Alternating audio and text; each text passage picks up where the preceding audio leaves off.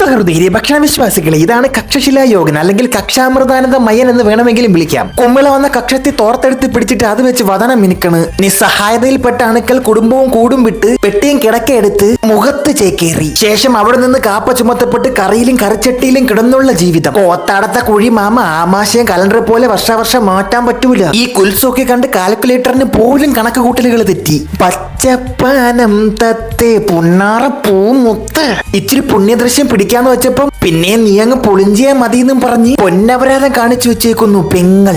ആ പിടക്കണ പുഴുവിനെ പിടിച്ചത് പട്ടിപ്പിണ്ടത്തിന്നാ.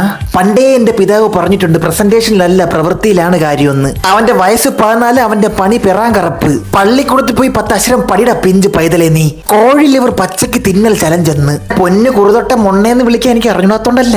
നീ കൊച്ചു പൈതലായി പോയി. കൊച്ചു പിള്ളേരെയും പൊത്ത നിക്കറേ ഞാൻ തൊടാറില്ല. എവൻ നോക്കിക്കോ, നാ വന്ന് പച്ചക്ക് ആട്ടുകോട്ട് സാപ്പിട പോറോ എന്നും പറഞ്ഞു വരും നോയിക്കോ.